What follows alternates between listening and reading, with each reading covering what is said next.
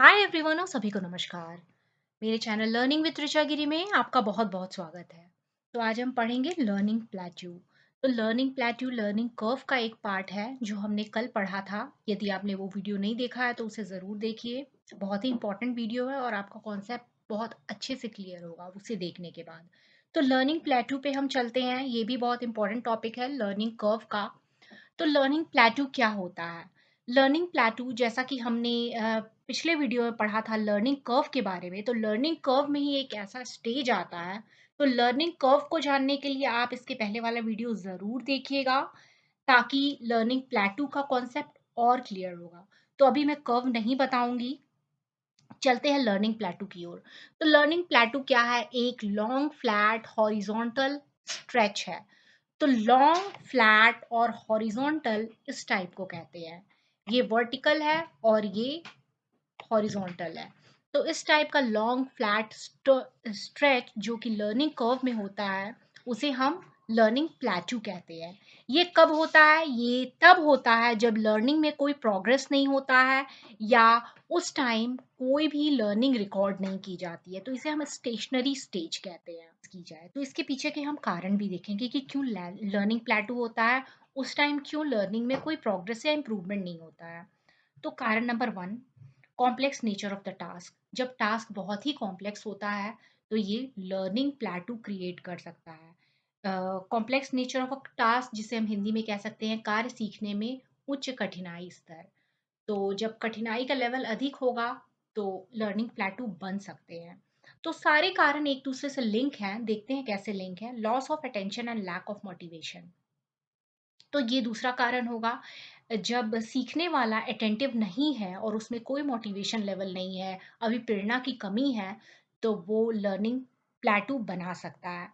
तो दोनों लिंक हैं एक दूसरे से, इनफैक्ट सारे कारण एक दूसरे से लिंक है। जैसे अगर टास्क कॉम्प्लेक्स होगा नेचर में तो उसमें अपने आप वो अटेंशन नहीं देगा या उसका मोटिवेशन जो है वो कम हो जाएगा, इंटरेस्ट नहीं आएगा। तो वो बोर फील करेगा, उसका इंटरेस्ट नहीं आएगा और वो डिस्करेज हो जाएगा क्योंकि जो उसका गोल है वो काफ़ी हाई है, जिसके कारण अधिगम का पठार बन सकता है। थर्ड कारण है फैटिग और डिस्ट्रैक्शन। तो ये भी एक कारण हो सकता है, अगेन ये भी लिंक है एक दूसरे से। तो फैटिग और डिस्ट्रैक्शन कब आएगा? जब टास्क कॉम्प्लेक्स होगा, मोटिवेशन कम होगा, या फिर हम कह सकते हैं जब आदमी थका हुआ हो तो उसका मोटिवेशन लेवल कम होगा। तो इसके कारण अधिगम का पठार आ सकता है, लर्निंग प्लेट्यू बन सकते हैं। अगला कारण फोर्स फीडिंग जब कराई जाए किसी भी चीज़ के बारे में, किसी टेक्स्ट बुक या लेक्चर के बारे में, तो यहाँ पे प्लेट्यू बनाया जा सकता है। क्यों? ये भी अगेन लिंक है। यहाँ पे मोटिवेशन नहीं है, इंटरेस्ट नहीं है और टास्क डिफिकल्ट है, इसलिए फोर्सफुल फीडिंग कराई जा रही है। तो यहाँ पे कॉन्सेप्ट को बहुत जल्दी जल्दी ख़त्म कराया जा रहा है।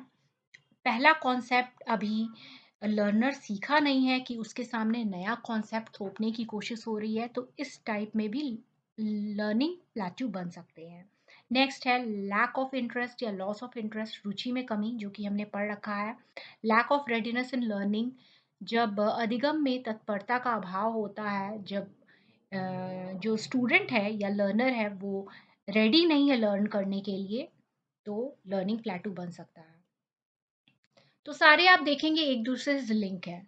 No conductive environment for learning, तो यहाँ पे अनुकूल वातावरण नहीं है सीखने का, तो लर्निंग प्लेट्यू बन सकता है लर्निंग कर्व में। डिफेक्टिव मेथड ऑफ टीचिंग, जो पढ़ाने का तरीका है या मेथड है वो सही नहीं है एज पर द लर्नर, या फिर उस कंटेंट के हिसाब से, तो भी लर्निंग प्लेट्यू बन सकता है।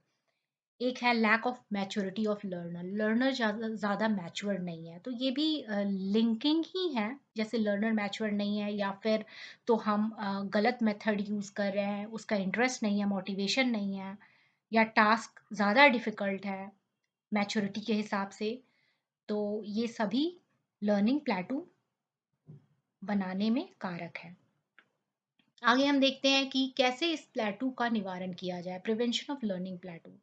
तो हम सबसे पहले तो एफिशिएंट मेथड ऑफ टीचिंग देखेंगे कि कौन सा सही मेथड है टीचिंग करने का, as per the topic, as per the content, तो उसी हम कंटेंट को यूज़ करेंगे या उसी तरीके को हम यूज़ करेंगे पढ़ाने के लिए। यहाँ पे जो लर्निंग टास्क है उसे डिज़ाइन किया जाएगा as per the capacity of a learner. तो कैपेसिटी भी बहुत ज़रूरी है लर्नर की। लर्नर की अगर क्षमता उस टाइप की नहीं है जिस टाइप से उसे पढ़ाया जा रहा है तो वो लर्न नहीं कर पाएगा। नेक्स्ट है arrange learning activity according to the increasing level of difficulty. तो अगेन ये भी कैपेसिटी से ही रिलेटेड है। तो जो लर्निंग एक्टिविटीज़ है उसे लर्नर की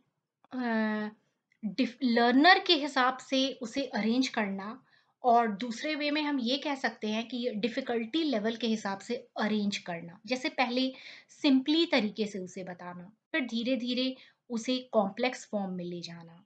तो सिंपल टू कॉम्प्लेक्स इस तरीके की चीज़ें हम दे सकते हैं, या स्पेसिफिक टू जनरल लर्निंग में हम यूज़ कर सकते हैं as per the learners capacity या as per the difficulty level of the content और द मटेरियल।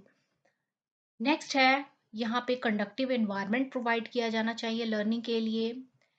फिर हमें एप्रोप्रिएट और ऑडियो विजुअल एड्स यूज़ करना चाहिए जिससे लर्निंग ईजी हो जाए और लर्निंग प्लेटू ना बने। इंसेंटिव दिया जाना चाहिए जिससे इंटरेस्ट आए लर्नर के अंदर। तो इंसेंटिव बहुत टाइप के हो सकते हैं, रिवॉर्ड के रूप में हो सकते हैं और भी कई तरीके से हो सकते हैं। उसे देने में इंटरेस्ट आएगा, उसका मोटिवेशन होगा, एक्सटर्नल मोटिवेशन फैक्टर आएगा, तो लर्निंग प्लेटू नहीं बनेगा। फिजिकल और मेंटल फैटिगनेस नहीं होना चाहिए, तो लर्नर थका हुआ नहीं होना चाहिए, ना मेंटली ना फिजिकली।